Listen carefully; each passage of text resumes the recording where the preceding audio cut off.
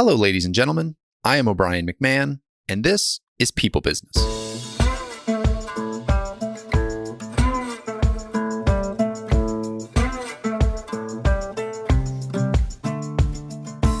In this episode, I'm joined by Dr. Richard Safir, who is the Chief Medical Officer of Employee Health and Wellbeing at Johns Hopkins Medicine.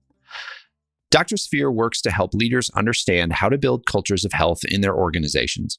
He holds faculty appointments in both the Johns Hopkins University School of Medicine and the Bloomberg School of Public Health. And his book, A Cure for the Common Company, A Well-Being Prescription for a Happier, Healthier, and More Resilient Workforce, outlines a process companies and leaders can use to improve health across their organizations. Really enjoyed this conversation talking about organizational health. A lot of times when we talk about organizational health and well-being, we're talking about a medical plan or a wellness program or with financial incentives or something like that. And Dr. Safir levels up above that and really talks about taking a cultural approach to employee health and really understanding the employee experience, both from a mental and emotional health standpoint, as well as from a physical health standpoint. And we talk about culture, subcultures, culture and behavior change. We covered a really broad array in this conversation, but I think it'll be really helpful. And I think it's a really good entree into his book, A Cure for the Common Company. I hope you find it helpful. I hope it helps you improve your teams and your businesses. Without further ado, here is Dr. Richard Safir. Dr. Safir, excited to have you on the show today. Thank you for coming on and excited to dive into the work you do and the book that you've written on what it means to be a healthy organization. So welcome. Thank you, O'Brien. It's great to be here specifically because of who your audience is. Business leaders and managers do not get enough exposure to what it means to create a healthy organization.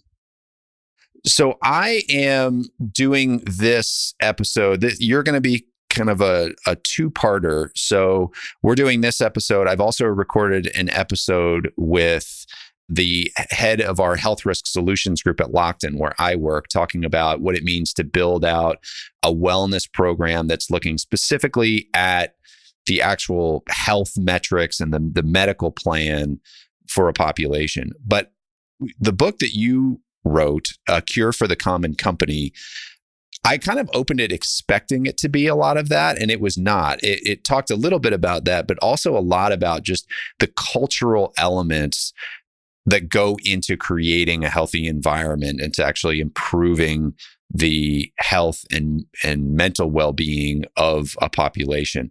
And I would just love to hear, what does it mean for you for an individual to be healthy? And what does it mean for you for an organization to be healthy? Sure. Well, for an individual, it's a very personal definition. Everybody has their own needs to feel healthy. From a biological perspective, though, we need our blood pressure to be normal, our cholesterol numbers, et cetera. I mean, it's almost like you have a car and you need certain parts like the motor to work in order to exist. But then there's all these upgrades, let's say, whereas some person might want leather seats, another person may find their stereo equipment much more important. For me, O'Brien, I need to get outside every day. If I don't get some fresh air, I don't feel completely, at my best. And so health is a continuum. There's a certain amount that we need at a baseline, and beyond which we can get to a higher state of well-being. I think that's fair. And I like the analogy with the car too. And then when it comes to corporate health and well-being, like what does it mean to have a healthy organization or a healthy business? Well, on one hand, if I was a business owner, I'd say it would have a lot of money in the bank.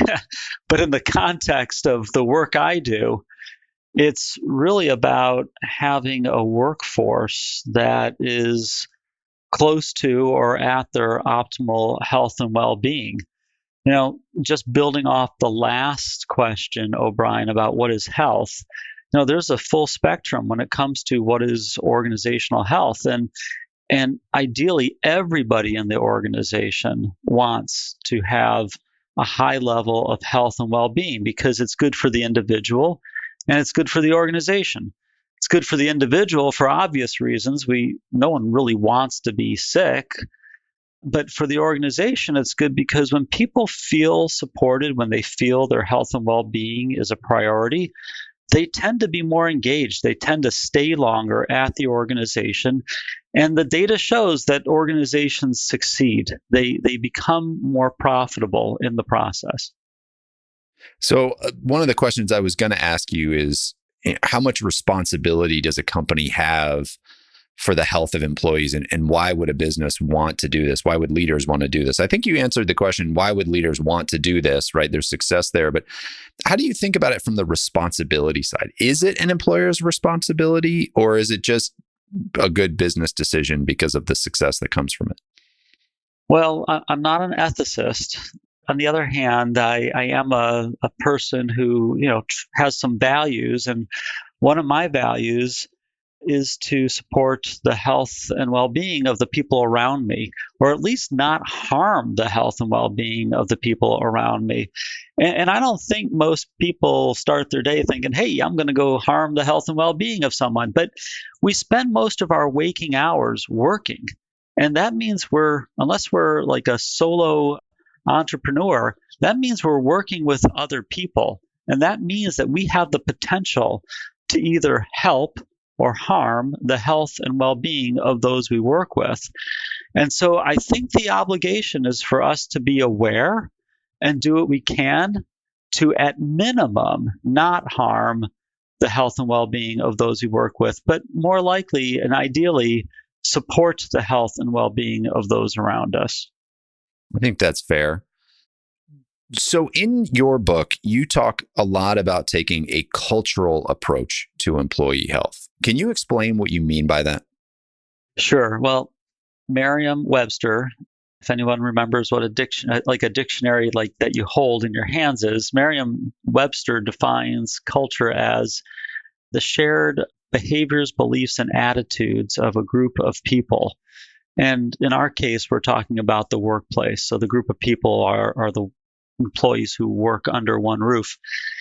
And the culture is about the minute-to-minute, hour-to-hour, day-to-day way we interact with each other and the way we do business.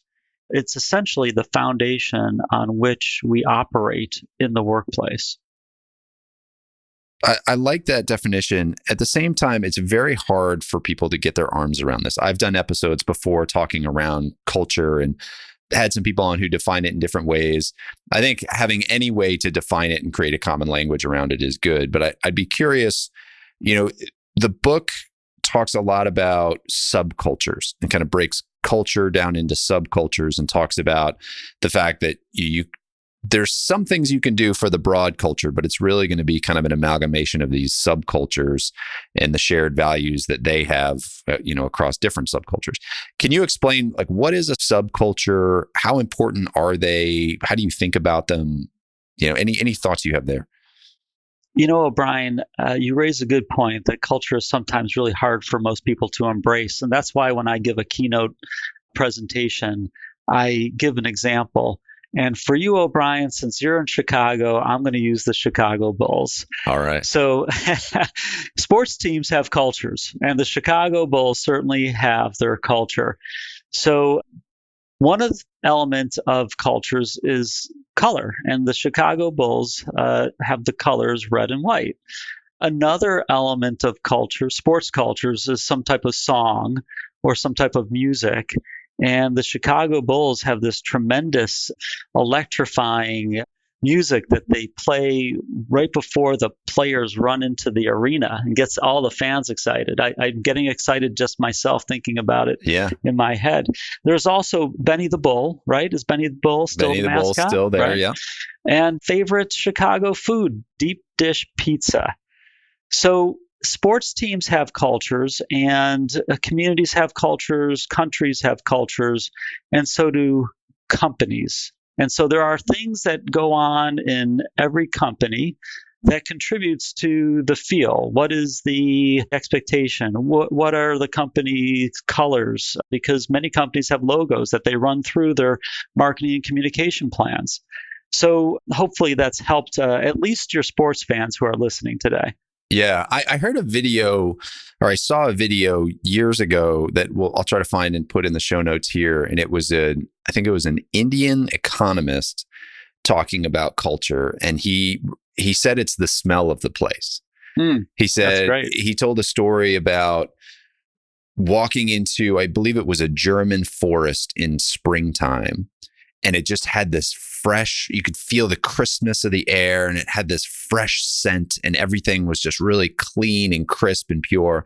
And he was Indian, and he said, if you go into Delhi in the summer, it's crowded, it's sweltering, there's just terrible smells all around you, and it's just not a great place to be. And you could just feel it and smell it. You just, like, every sense in your body sort of picks up the environment that you're in. And he was saying, companies are the same way. Like, you can just sort of walk around a company and get the smell of the place and just kind of understand, is this a healthy place or is it not?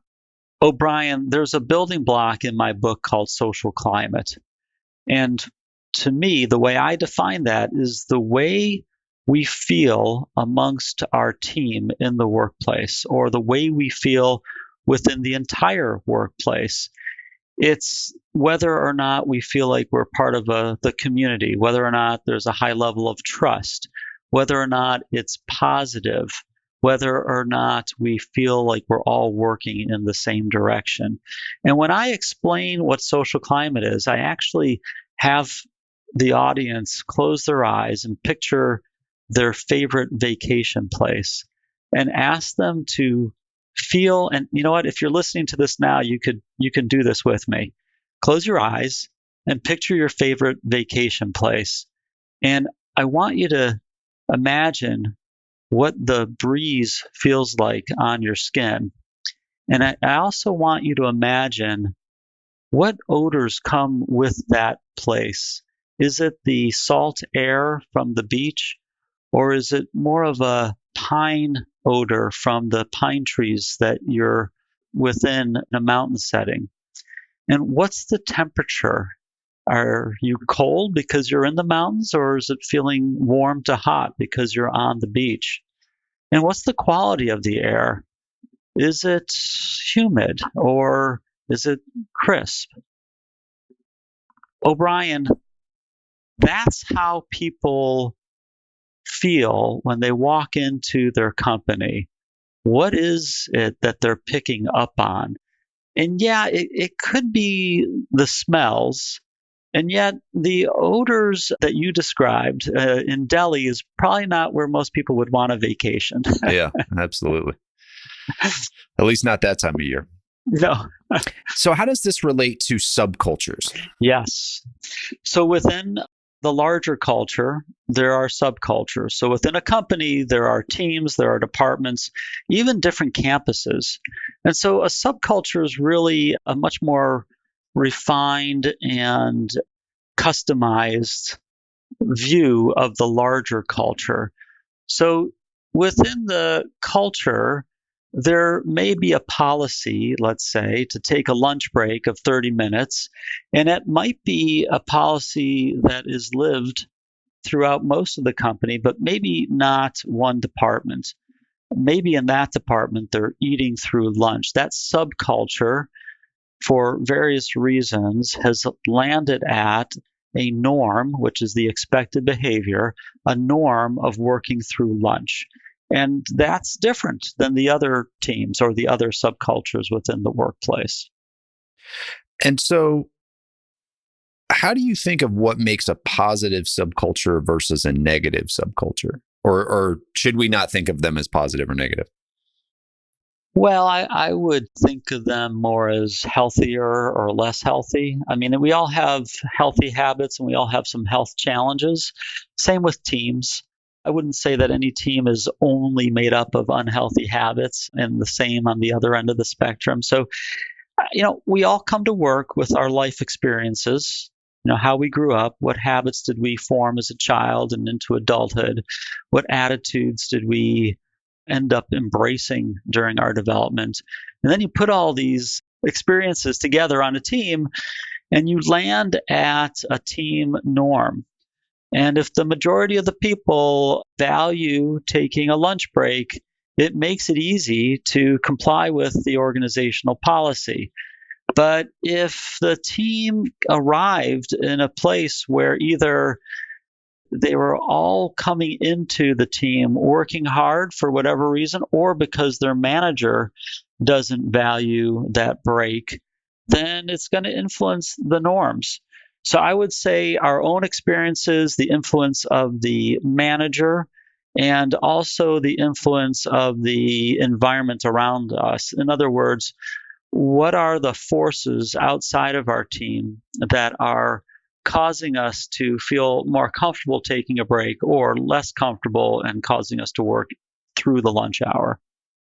So I want to get into how we impact and change subcultures. But first, I think the question that comes into my mind is, how do you get your arms around all this? Because depending on the size of the organization, I mean, there can be all different kinds of subcultures. And to have is this corporate trying to influence how different subgroups behave? Do you need the manager buy-in from each of the subgroups or subcultures? How do you get your arms around this? Is it literally just jotting down every subculture you have? I mean, I'd love to get your thoughts, because as I was reading the book, I was like, it seems like it could be daunting. And you get somebody who just goes, this is too much, and throws their hands up. So I'd love to get some insight into where to start and how to get your arms around it. Sure.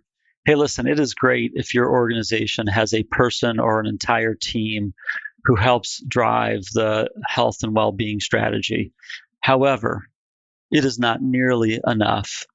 Every person, not just manager and executive, every person in the organization plays a role in the health and well-being of the company, because we influence each other's behaviors, whether we are conscious of that or not.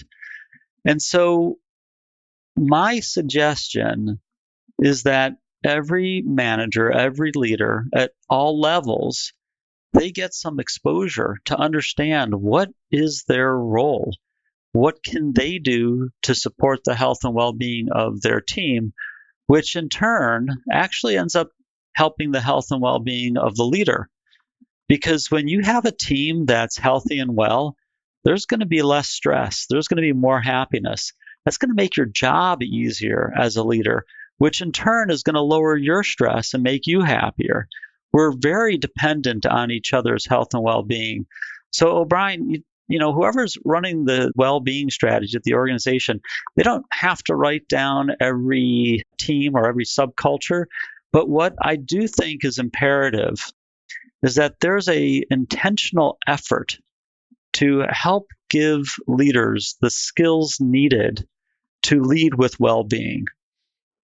And so let's say I am one of those leaders, right? I'm a manager somewhere. I've got a team of a couple people even. What are the types of things I should be looking for or thinking about? What's my checklist for the types of things I should be keeping aware of when it comes to healthy subculture or unhealthy subculture? Yep. So I could answer this a lot of different ways. I'll go with what I thought of first. And if you want to keep on this line, we can continue, or I can tell you the other way. So we actually created a series of trainings called 10-Minute Wellbeing Tips for Managers. Everyone's busy. Managers are busy. And to have one more thing on their plate might at first blush be like, no more. But 10 minutes is not a huge investment. So last calendar year in 2022, my colleague and I, we created 10-Minute Wellbeing Tips for Managers, and we invited our managers every Thursday. No, it was a Wednesday morning for 10 minutes. And we got a good showing, but not everybody could show because we are a hospital system, right? And if no one's taking care of the patients, we got a problem. So we recorded 10-minute wellbeing tips. And in fact, O'Brien, they're on YouTube, so anyone can watch them. Yeah, I'll get you the link and we can put it in the feature as well. And the topics, we did 46 episodes, and we could have doubled that because there are so many different things that managers can do that they don't even realize impacts well-being. I'll just give you one of them, O'Brien: setting priorities. Now, most people think of that as, that's a business strategy. That's not a health and well-being strategy. Well, actually, it's good for both. Because, most of the time there's either too much enthusiasm or actually too much like, hey, this is also the most important thing. We really need to get some clarity, because not only is it good for the business to be able to focus on a few priorities, it also helps the individual understand where to spend their time, which lowers their stress. It's not uncommon for individuals, employees, to be stressed because they don't understand the expectations. It hasn't been laid out clearly to them. And so just the 10 minutes discussing the value and how to set priorities is a good use of any manager's time. So I'm glad that you brought that up, because it just seems to me like so much of this, when you really come down to what it means to be healthy, what it means to be productive, what it means to be successful, is just improving your interpersonal skills. It's just improving the way that you interact with people, guide people, lead people. Like it all just comes down to leadership ability. And I've talked on here before about Jocko Willink and his company Echelon Front, in the book he's written, Extreme Ownership. And he has said multiple times in the things that I've listened to of his, every problem's a leadership problem. And the more and more I have conversations on this podcast, the more I kind of believe that to be true. What you're talking about is, yes, we want to improve health, but we do that by just treating people better and understanding what they're going through, putting ourselves in their shoes, and then helping them become better versions of themselves. I absolutely agree that leaderships play a big, big role in the health and well-being of the people they lead. And just as priorities is a worthwhile topic to address, so is breathing. Now, yeah, we all breathe all day. That's how we stay alive. However, most of us don't realize that when we're stressed, we hold our breath. And that's not good for us because it can result in muscle tightness and increased blood pressure and several other outcomes that we really don't want to have. But most leaders, they're not getting trained on breathing. I mean, that seems kind of silly, right? What do you mean? We were born with that. One of our 10-minute well-being tips for managers episode is on breathing. We actually teach a 4-7-8 breathing exercise so that managers can learn how in 90 seconds to do a breathing exercise which will decrease the muscle tension, increase focus, and lower stress levels. And not only can they do it with themselves, but by knowing this strategy, they can actually do this with their team. And so, O'Brien, I do think leaders play a big role, but I also think that there's 5 other building blocks that create a well-being culture in the workplace that allows it not to all fall on the leader. And I think it's unreasonable to think that we have an organization full of superheroes, and leaders have a tremendous amount of responsibility and stress on them already. It's good for them to know their role, and yet ideally, there's other ways that we're helping employees learn how to do the 4-7-8 breathing so it doesn't land on the shoulders of the team leader. I'm happy to be wrong. Yeah, I encourage the pushback. Well, I appreciate that. And you know what? That's a well-being trait right there, O'Brien.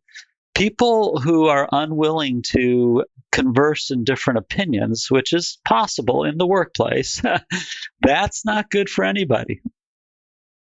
It doesn't feel good to be wrong, but I'm always interested in where ideas clash. I hosted a roundtable for CHROs the other day, and the conversation was kind of rolling along, and somebody made a comment like, well, we're kind of, it's common belief that blah, blah, blah.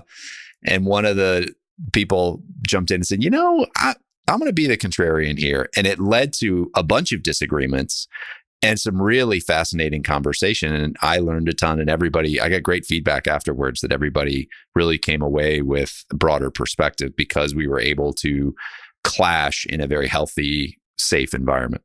Right. I'm glad you used the word safe, because I was thinking about the phrase psychological safety as you're talking about this group of, probably very highly accomplished people, because they're all CHROs, being able to cordially disagree with each other. All right. So I got to ask before we move on from this, I've heard of box breathing, 4x4 breathing. What is 4-7-8 breathing? Oh, sure. It's a matter of breathing in through your nose for 4 counts, and then holding your breath for 7, and then breathing out through your mouth for a count of 8, and doing that for 4 cycles. Interesting. Okay. Yeah.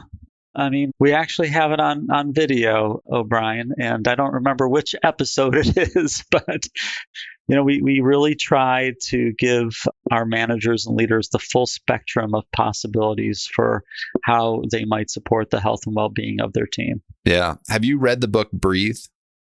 I have not. It's a really interesting read, and it talks a lot about different breathing methods and the health that centers around breathing, and especially breathing through your nose overnight.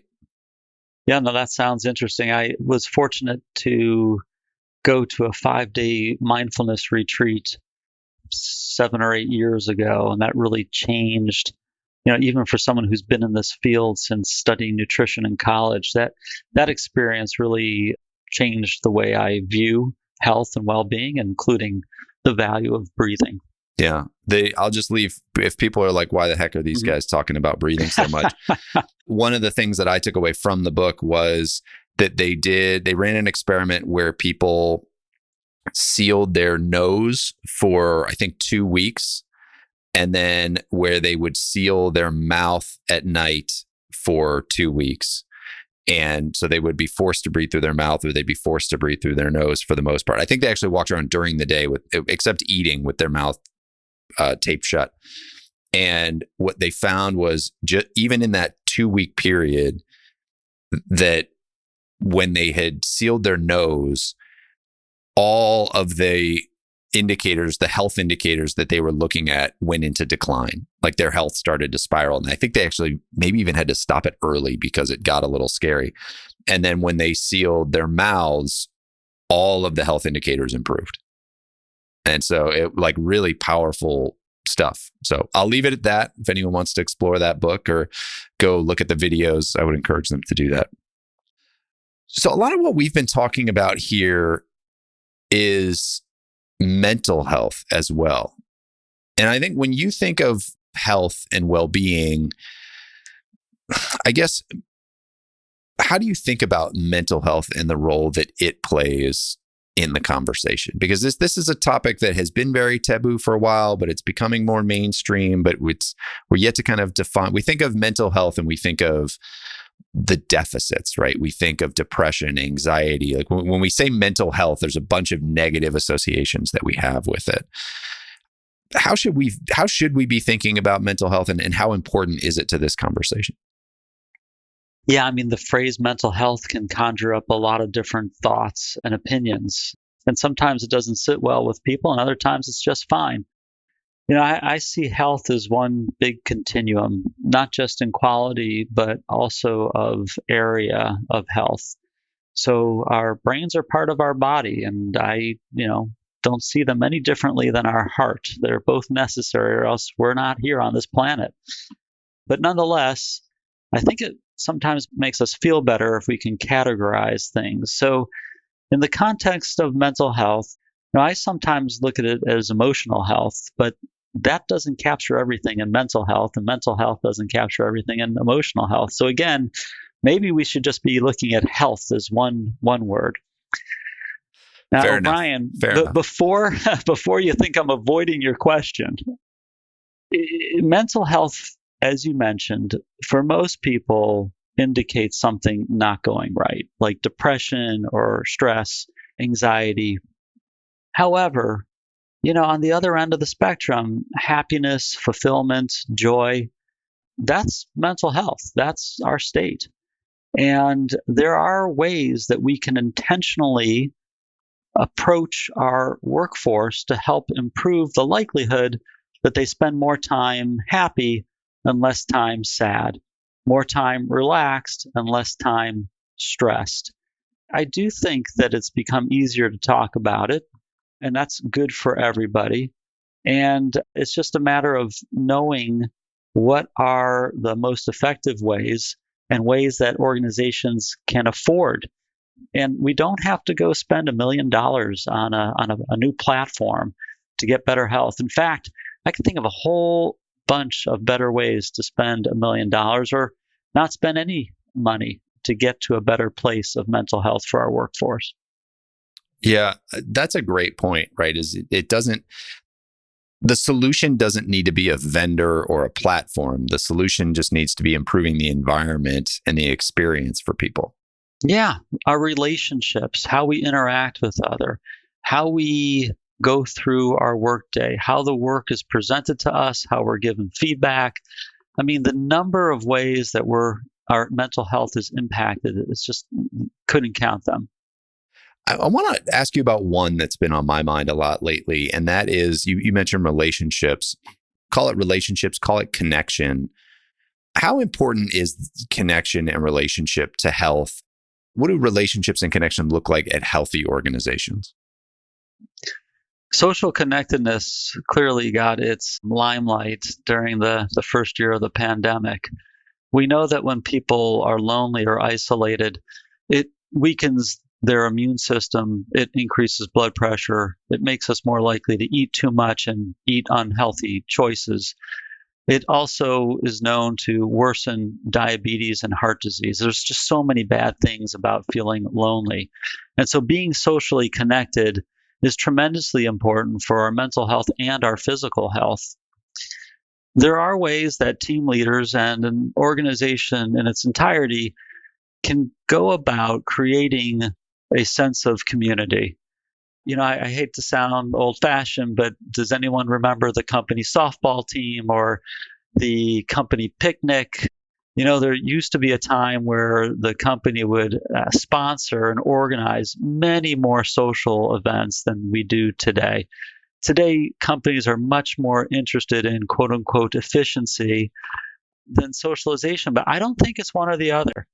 We know that when people feel connected to people at work, they're much more likely to collaborate. They're much more likely to trust each other, which in turn results in better outcomes.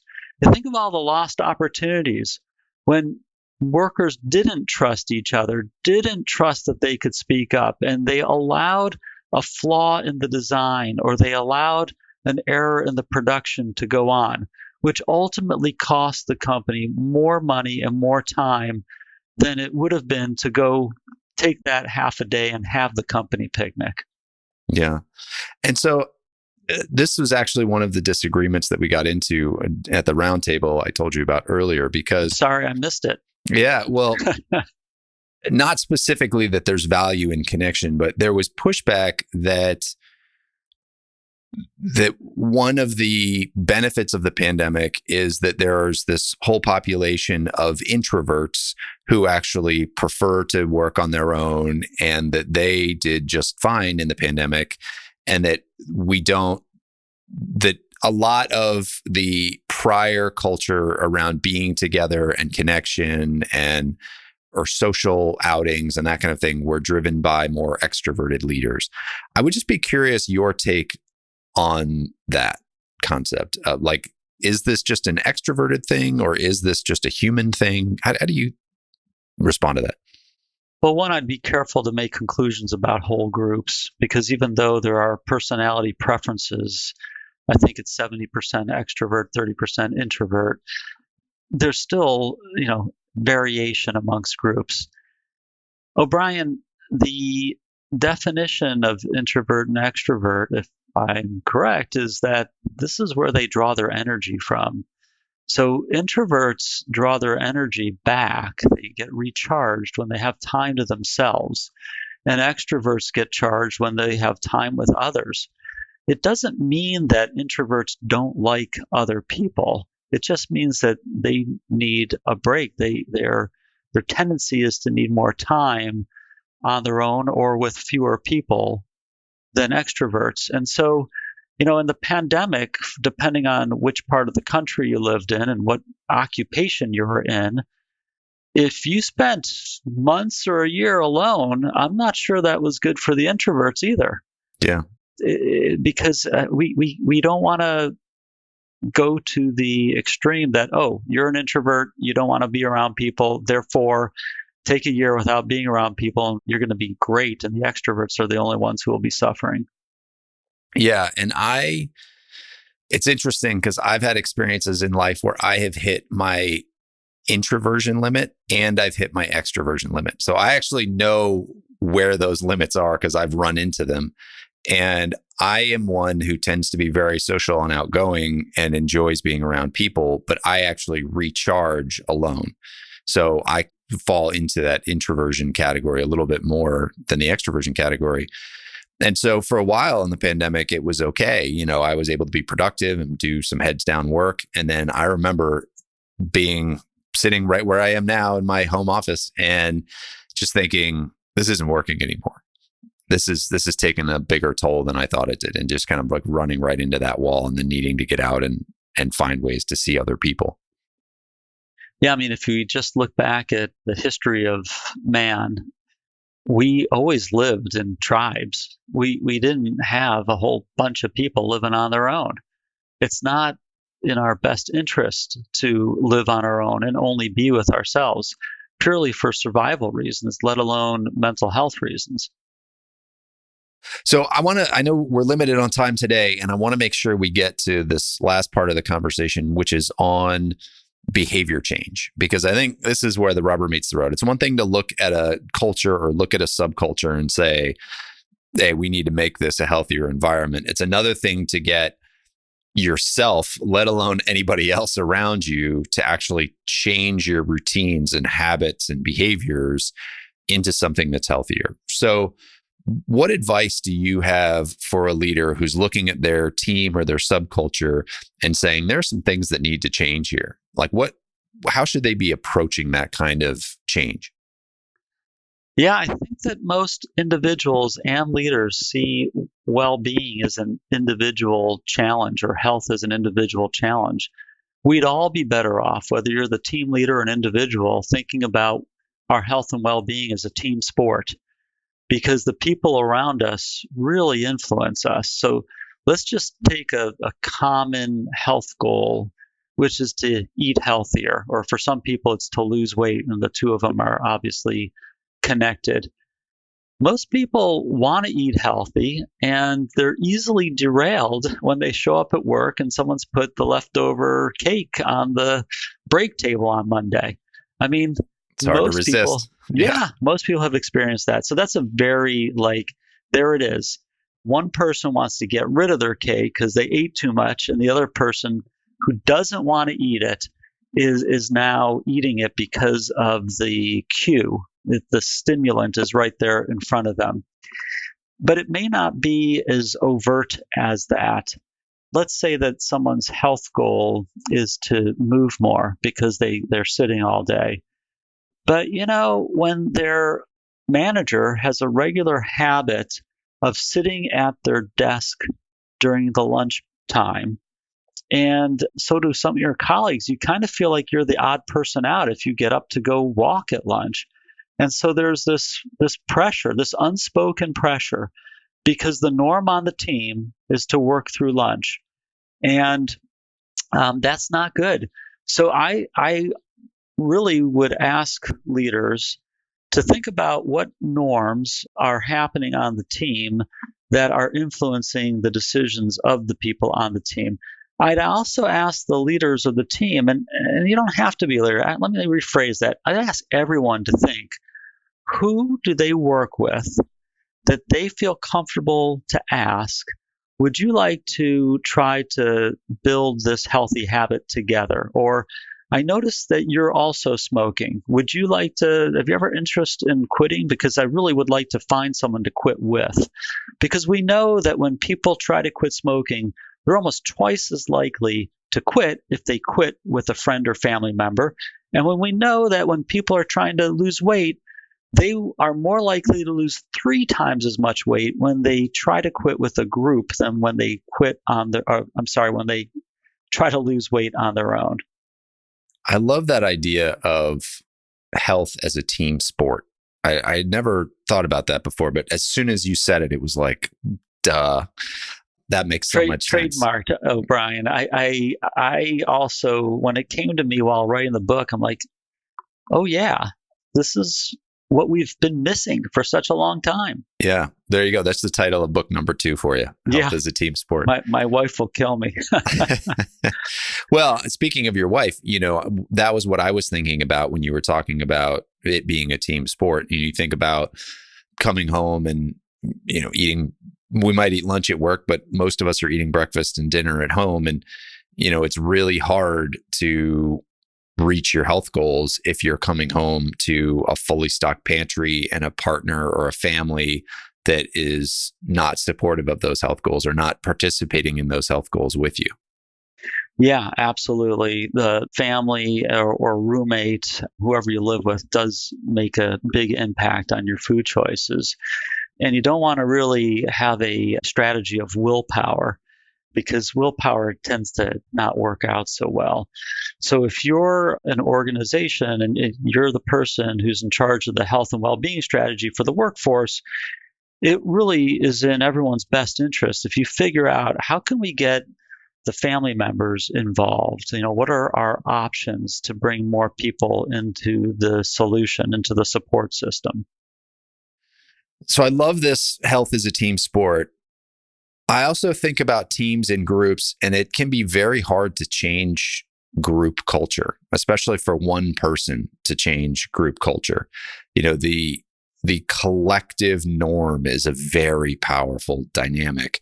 I actually just finished a book on status, and it was talking about how we're all status creatures, and within, we organize ourselves in groups, and then we play by whatever those groups' rules are to achieve status. And oftentimes, to change the game and change the rules within a group is very, very difficult. So how do we start thinking about this? What are the ways to start to move a culture in a healthier direction if the existing game is not set up that way? Yeah, I think there's several things to think about. First of all, there's a lot of different norms. So depending on the norm will depend on how you approach it. And it also depends on whether or not the team leader is engaged in that norm or not, because the team leader can play a disproportionately large role in just about everything. So, O'Brien, I'm going to use the lunch time because this seems to be a very common problem in a large portion of the American workforce, which is working through lunch. If the team leader works through lunch, it's going to be pretty tough to get to a place where the norm is not working through lunch, especially if the team is all working in the same location and it's clear you can see your boss working through lunch. But if the team has a high level of camaraderie, a high level of trust, of community, and there's psychological safety, I'd say the place where you start is the conversation. What is it that the team would like to see different to support their health and well-being? And invariably, some norms will come up. Hey, I don't think it's great that we're sitting all day. I think we should be getting up at lunchtime. And then you can go from the conversation to how you create the solution. And that's a whole other discussion about culture connection points, O'Brien, another building block that I discuss in the book. But that conversation is usually where it starts. And my guess, O'Brien, is you've had other guests on who've talked about the importance of listening, vulnerability, building trust. you can't just do this out of thin air, especially if you don't have a good relationship on the team. Yeah, that was what hit me when you were just explaining that is, if you don't have those elements and can't speak up, then those are the elements you need to work on first. And you need to improve the psychological safety, the sort of psychology of the team, create a growth mindset, create some interest in trying new things, create psychological safety, see if you can build that culture first, and then you can get to the actual behavior, healthy behavior part. And so, listen, I don't want any listener to think I'm beating up on managers and leaders. I think that they just have not been made aware. And if they are aware, no one's ever given them the skills that are needed to navigate this part of the workplace. Well, in the conversations I have with HR leaders, which that's kind of my job, is to go out and have conversations with HR leaders. So I think outside of the podcast, I think I've talked to 350 plus HR leaders over the last decade. This problem is a rampant and chronic issue. It's that managers and leaders are undertrained. We just assume that because we're all human beings and we interact with other human beings, that we kind of understand how to interact and lead with other human beings. And one of the takeaways I've had from this podcast especially is interpersonal skills are skills. And you may have picked them up naturally kind of through your life. You may have had experiences where you learned them, but they're learned. And we need to be doing a better job collectively of helping people that we're putting into leadership positions to develop these types of skills. Yeah, this is so important to me, O'Brien, that I was purposeful in finding a partner to create training based on the book, A Cure for the Common Company. And the training can be found at creatingawellbeingculture.com, because I think the book is great. And I also think it's just the beginning, and we need to have resources for our leaders. Well, I think that is a great place to wrap this up. I hope people will go check out those resources, check out links to all the things that we've talked about, including your 10-minute manager videos. We will find those and link those in the show notes as well. Dr. Safir, thank you for coming on and sharing this. And I hope it inspires people to try to change their cultures and subcultures. Thank you so much for including me, O'Brien.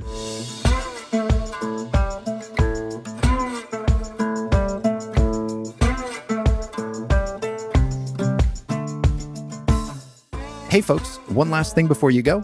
If you enjoyed the episode, make sure to hit subscribe so you can stay up to date with future guests. That's it. Thanks for coming. Go make the most of your business and the people in it.